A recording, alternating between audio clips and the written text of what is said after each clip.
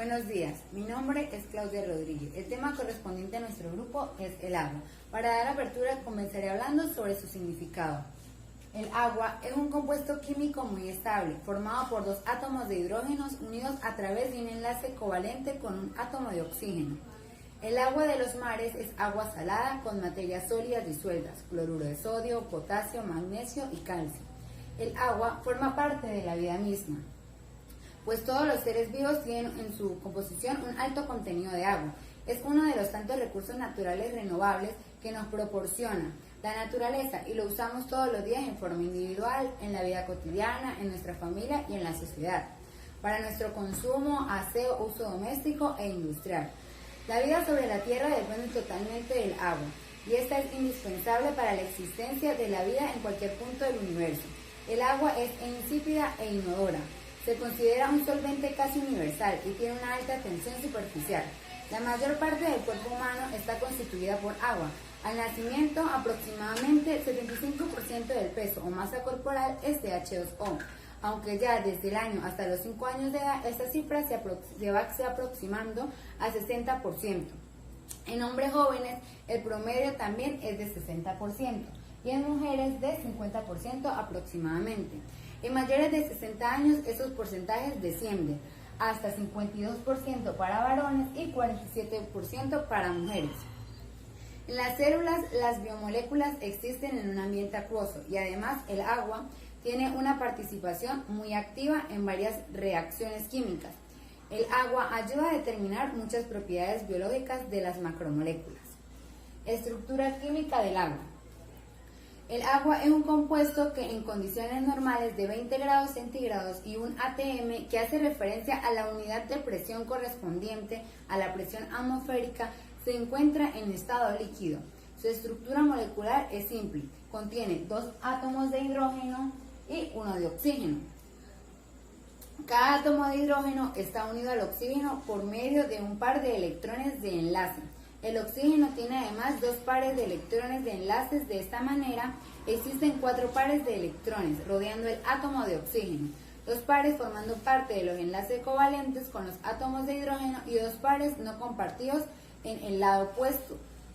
El cuerpo humano adulto está compuesto en un 60% de agua y aproximadamente el 50% de esta agua está en la célula, en donde se divide en 2 partes: agua intracelular, la cual está dentro de la célula,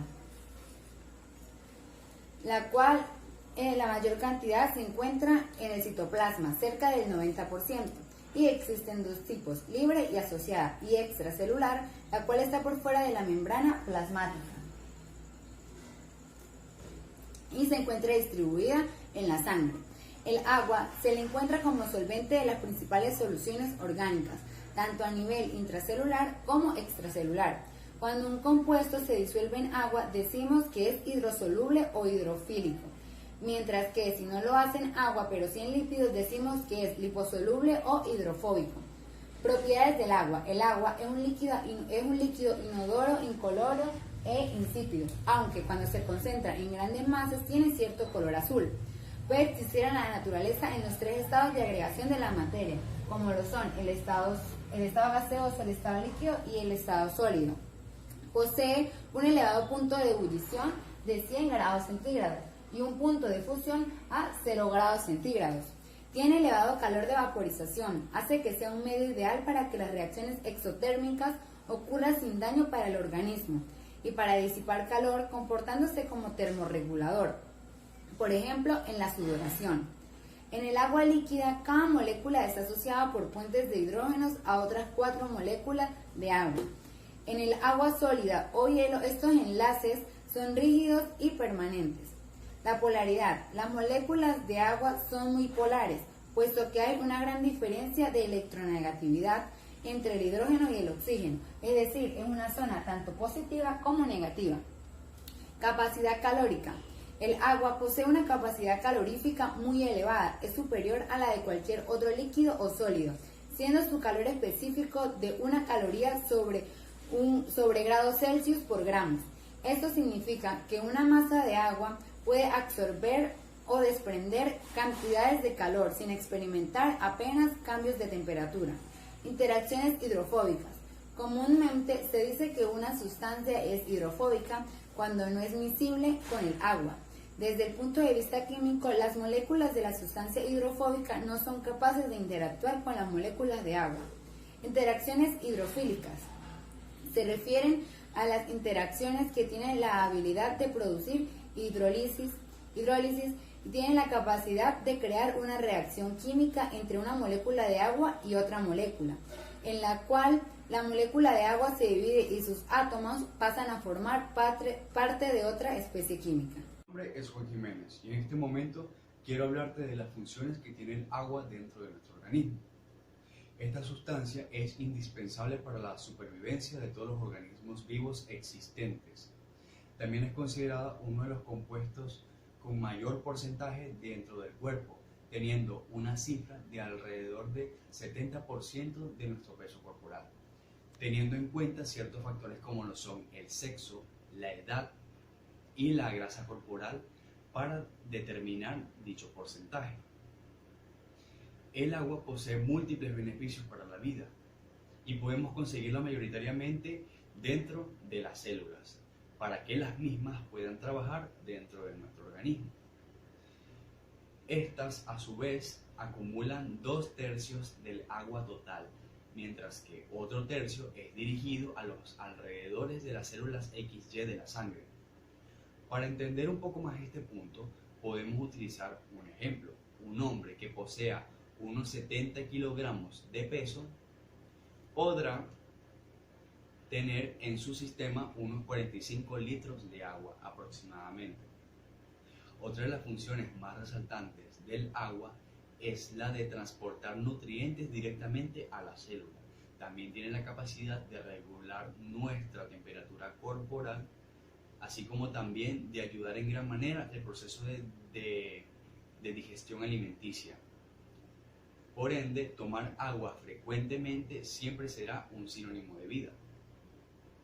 Hay que tomar en cuenta lo siguiente: todos los órganos vitales de nuestro cuerpo tienen en sus compuestos agua. Órganos como el corazón, los pulmones, los riñones y el cerebro se componen de entre un 65 a un 85% de agua.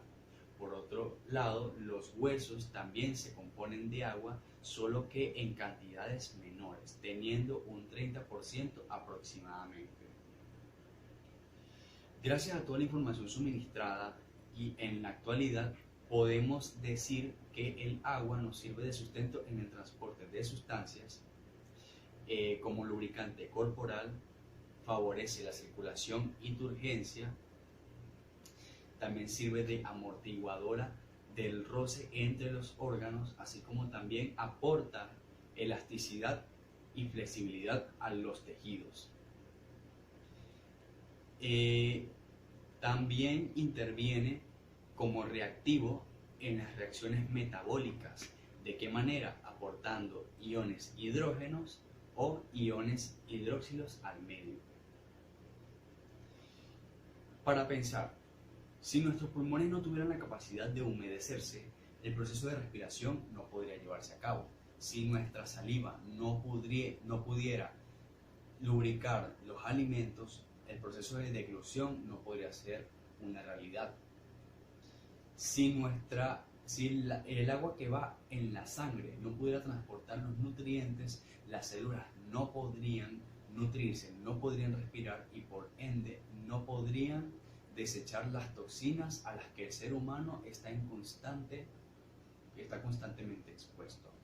Por ende, nos queda claro que el agua es una sustancia fundamental de la vida. Por otro lado, tenemos los conceptos de ácidos y álcalis, que están fuertemente entrelazados debido a sus funciones en el organismo.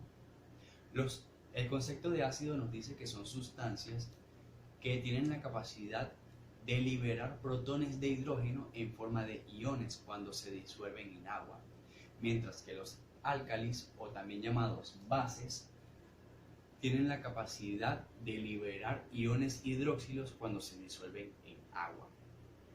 Ambos fenómenos son proporcionados por el agua misma, ya que al separarse su molécula aportan iones hidroxilos e hidrógenos equitativamente, es decir, en partes iguales.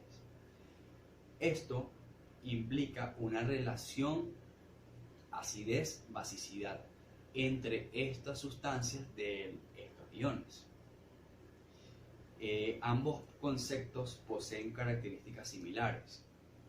Podemos decir que tanto los ácidos como las bases tienen la capacidad de estar entre los tres estados de la materia, sólido, líquido y gaseoso, así como también pueden existir como sustancias puras o sustancias diluidas.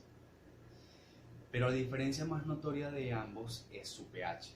Los ácidos son aquellas sustancias cuyo pH es menor a 7, mientras que las bases son aquellas sustancias que su pH es mayor a 7. Entre sus características físicas podemos decir que ambos son buenos conductores de la electricidad, son solubles en agua. Por un lado, los ácidos son altamente corrosivos, por lo que al hacer contacto con la piel pueden causar quemaduras de tercer grado. Y al inhalar sus gases puede causar graves problemas en nuestro sistema respiratorio. Por un lado, las bases son irritantes de la piel. Estos tienen la capacidad de destrozar la materia orgánica gracias a su efecto cáustico. Y por otro lado, también pueden eliminar la grasa cutánea. Sin embargo, siguen siendo peligrosos para los seres humanos.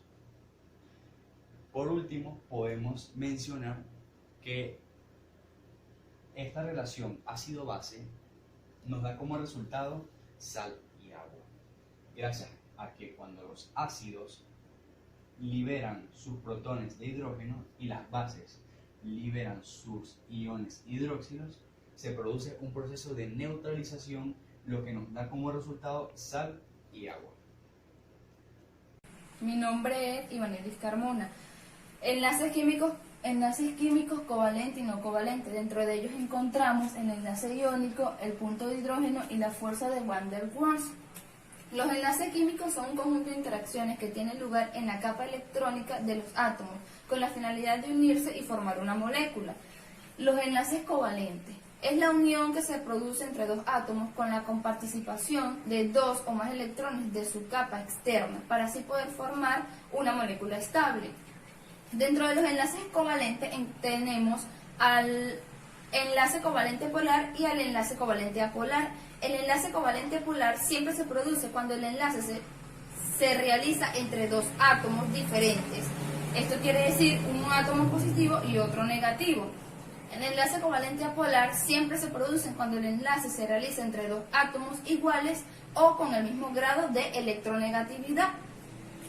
El enlace no covalente no comparte sus electrones, sino que involucra variaciones más dispersas de interacciones electromagnéticas entre moléculas o dentro de una misma molécula. El enlace iónico es el que en uno o más electrones de un átomo es repartido y se une a otro átomo, formando así iones positivos y negativos que se atraen entre sí. Punto de hidrógeno. Es una interacción débil y de gran importancia en el mantenimiento de la estructura espacial de las macromoléculas como son las proteínas y el ADN. Además, también es responsable de muchas de las propiedades del H2O como solvente.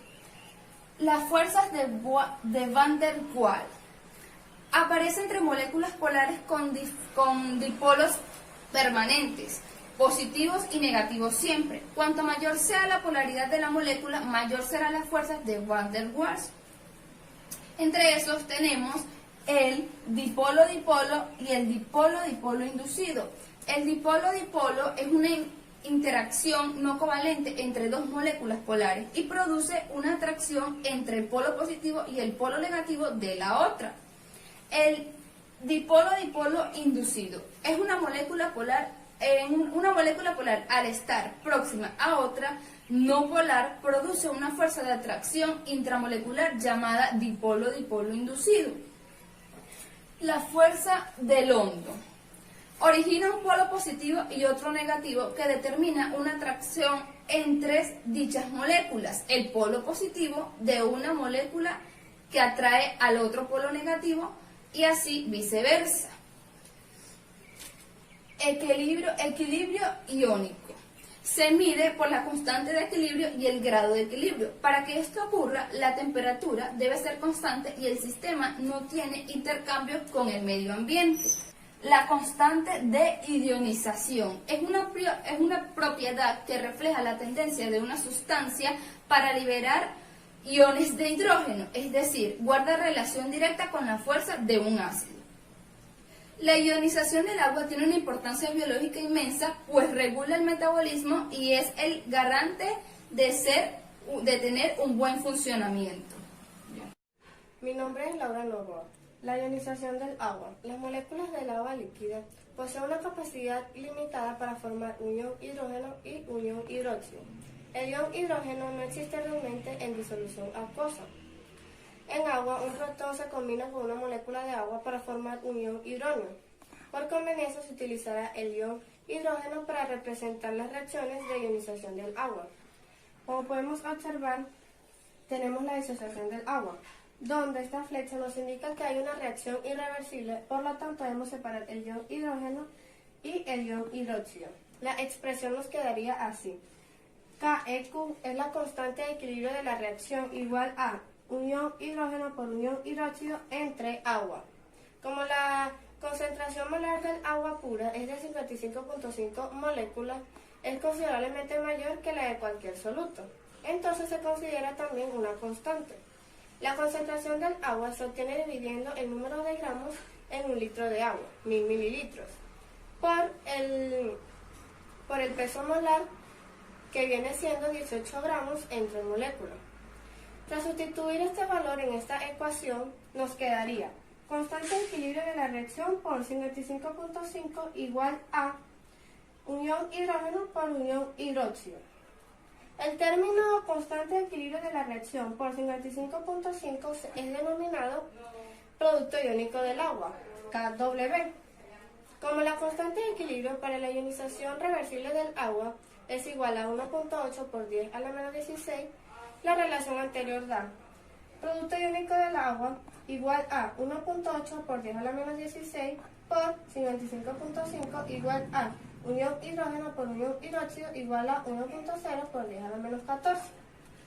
Esto significa que el producto ion hidrógeno y el ion hidróxido es igual a 1 por 10 a la menos 7 moléculas cuando se disocia en agua pura. En las disoluciones que contienen cantidades iguales de ion hidrógeno e ion hidróxido son neutras. Las soluciones iónicas o polares, cuando se disuelven en agua, puede cambiar el número relativo de ion hidrógeno e ion hidróxido. En las disoluciones que son con un exceso de ion hidrógeno son ácidas, mientras que aquellas que son con un número mayor de ion hidróxido son básicas. Ácidos y bases según Bronsted y Lovell. Es la teoría más satisfactoria que la de Arrhenius. Es la que formularon en 1923 el químico danés Bronsted y, paralelamente, el químico británico Thomas Lovell. Esta teoría establece que los ácidos son esas sustancias capaces de ceder protones, iones hidrógeno, y las bases son esas sustancias capaces de aceptarlo. Tenemos la ecuación, la cual es ácido más base, conjugado ácido, conjugado base. Acá existe un equilibrio, ya que la ecuación puede ir en ambas direcciones.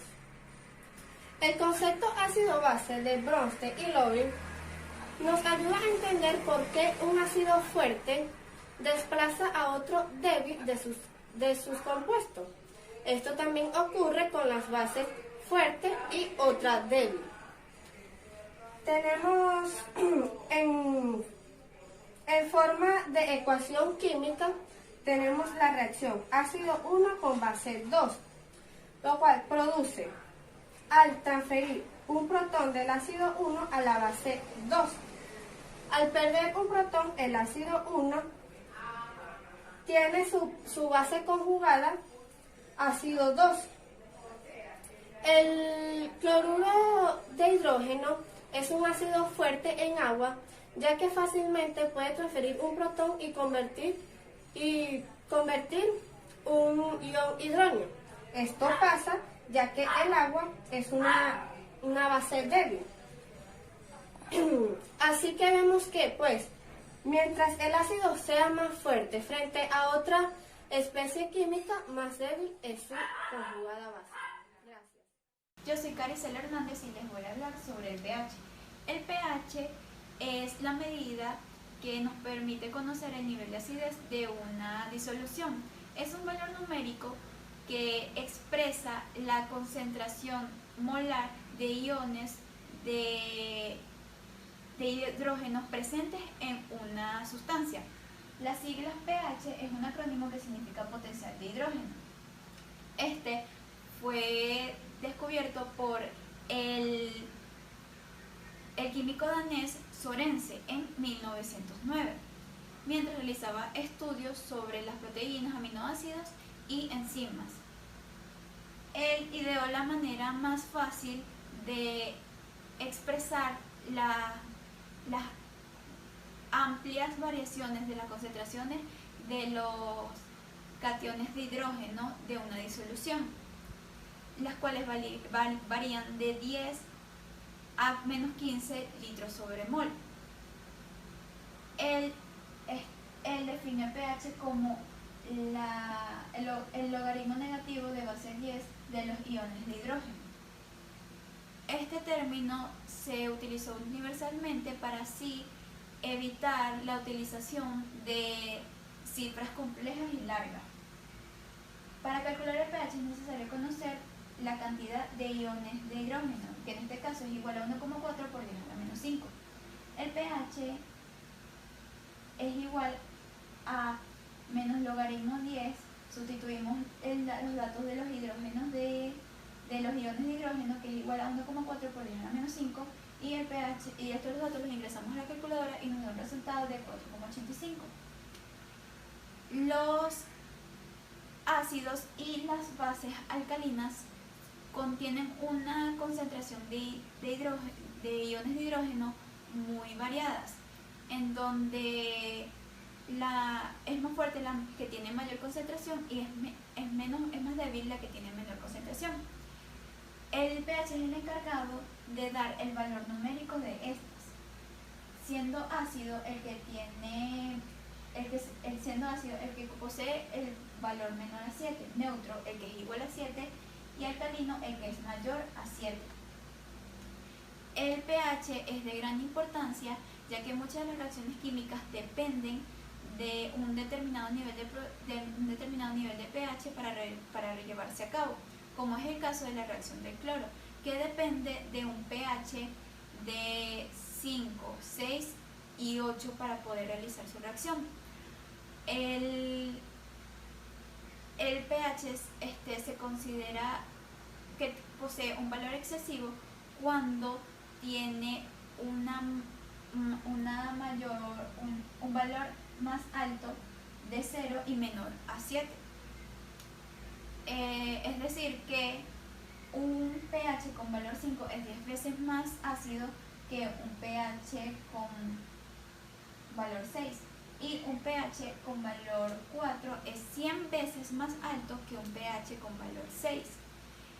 Esto puede causar grandes factores desfavorables para nuestro organismo. El pH también es de gran importancia para los procesos internos de los seres vivos, debido a que también depende de un nivel específico para que se lleven a cabo, como es el proceso de la digestión en el estómago, que necesita de un pH ácido, y el proceso del intestino delgado, que necesita de un pH básico. Si se ocurriese una alteración de estos niveles de pH, puede causar grandes trastornos dentro del organismo, como es el caso de la sangre, que si se llegase a acidificar puede causar la coagulación de una proteína llamada ceroalbulina, que puede causar la muerte, ya que esto es irreversible.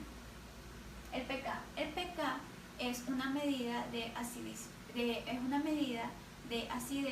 que se calcula mediante el logaritmo negativo de la constante de disociación ácida. Este nos permite conocer qué tan fuerte es el ácido, mientras que el pH nos permite conocer la cantidad de iones de hidrógeno. Este se calcula conociendo la constante de disociación, que en este caso es igual a 1,7 por 10 a la menos 1. Se colocan los datos en la fórmula y es igual a menos logaritmo de base 10 de 1,7 por 10 a la menos 1. Estos datos se ingresan a la calculadora y nos da un resultado de 0,77. Un ácido, cuando tiene un menor pK, es más fuerte. En cambio, con las bases es al revés. Cuando tiene un mayor pK, la base es más fuerte. Un ácido débil posee un pK en un rango de pH entre menos 2 y 12. Las constantes de disociación no son fijas. Estas pueden variar dependiendo de diversos factores. Por ejemplo, una constante de disociación cambia su valor si las temperaturas son diferentes. En cambio, mantiene su valor si la temperatura es la misma. La constante de equilibrio. La constante de equilibrio es la relación existente entre la concentración de los reactivos y de los productos de una propiedad química. Se dice que una reacción química que transcurre dentro de un frasco puede alcanzar el nivel de equilibrio cuando sus características no varían, ya que sus características no varían en el tiempo. Es decir, que cuando se tiene los mismos factores de presión y temperatura, la reacción no progresa y se mantiene en equilibrio. Para calcularlo es necesario de los siguientes datos.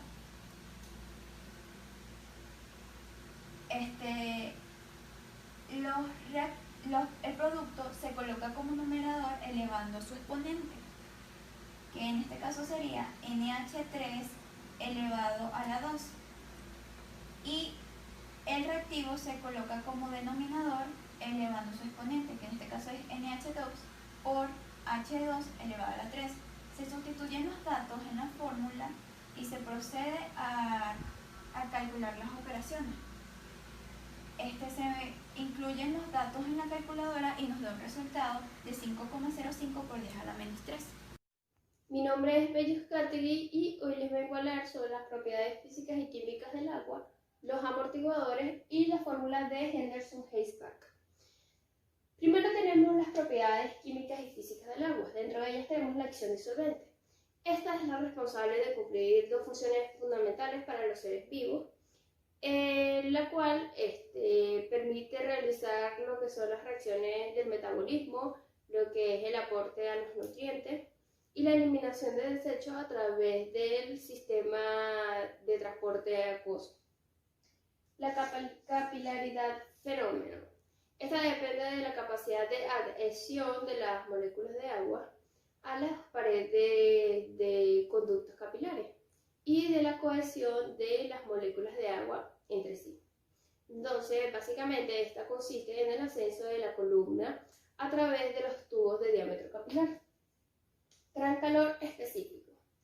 Para elevar de temperatura se necesita mucha energía, por lo tanto, el agua se convierte en un buen aislante térmico. Esta propiedad permite al citoplasma acuoso servir como protector a los cambios bruscos de temperatura. Luego tenemos lo que es los amortiguadores. Esta es una mezcla de concentración, las cuales están relativamente elevadas por un ácido débil y su base conjugada. La cual, es decir, son sales hidrolíticamente activas. La propiedad de los amortiguadores es mantener estable el pH de una disolución frente a la adición. Esta Esta consta con una cantidad relativamente pequeña de ácidos y bases fuertes. Esto es de vital importancia aunque se realice un leve cambio en las concentraciones de hidrogeniones en las células, pues podría ocasionar un paro en la actividad de las enzimas. Los amortiguadores tienen una cantidad de ácidos y bases perfectamente equilibrado en un determinado pH, lo cual esto permite que las funciones biológicas se realicen con optimización. En los humanos, los valores compatibles con el mantenimiento de funciones vitales es de un pH de 6,8 a 7,8, tiene un intervalo de 7,35 a 7,45 y ese es el pH en su normalidad. En concreto, podríamos decir que todos los líquidos fisiológicos tienen un pH determinado, un nivel de pH característico. La sangre arterial tiene un pH de 7,4, la sangre venosa tiene un pH de 7,35, el líquido intersticial tiene un pH de 7,35, líquido intracelular con un pH de 6 a 7,4 y la orina con un pH de 4,5 a 8. Luego tenemos explicando algo sobre los amortiguadores. Este creo que es el primer sistema de defensa en cuanto al pH y los amortiguadores tienen otras maneras de decirse. Eso se pueden decir como tampones, solución amortiguadora, solución reguladora y buffers. Ya continuando con las fórmulas de Henderson-Hayes-Buck, esta consiste o se realiza para calcular un pH. Esta se realiza a partir de lo que es el pKa, que es la constante de distribución de ácido, y a partir de lo que son las concentraciones del equilibrio ácido-base y ácido o base conjugada. Cada componente, por lo menos el pH, es la medida de concentración de hidrogeniones, el pK es la constante de ionización, log es el logaritmo, A sería la base conjugada y H sería la base conjugada. Muchas gracias por su atención. En conclusión, podemos decir que el agua es un recurso muy importante a nivel biológico, ya que el 75% de la Tierra está constituida por agua, y en los seres vivos un 75% al nacer y un 60% aproximadamente en la etapa adulta. Este porcentaje de agua tiene unas fuentes de ingreso y otras vías de pérdida en el organismo. Estas cantidades de agua se alojan mayoritariamente en el medio intracelular y una parte menor en la extracelular, siendo el agua un factor perteneciente también del peso corporal. Como se puede apreciar que el agua tiene propiedades físico-químicas que nos demuestran su composición a nivel molecular e interacciones a diferentes cambios de temperatura. El pH juega un papel muy importante al momento de la síntesis de esta investigación, porque de ello se define el nivel de acidez mediante una escala de pH, junto a unas constantes de pKa que se extraen por fórmulas matemáticas ya presentadas.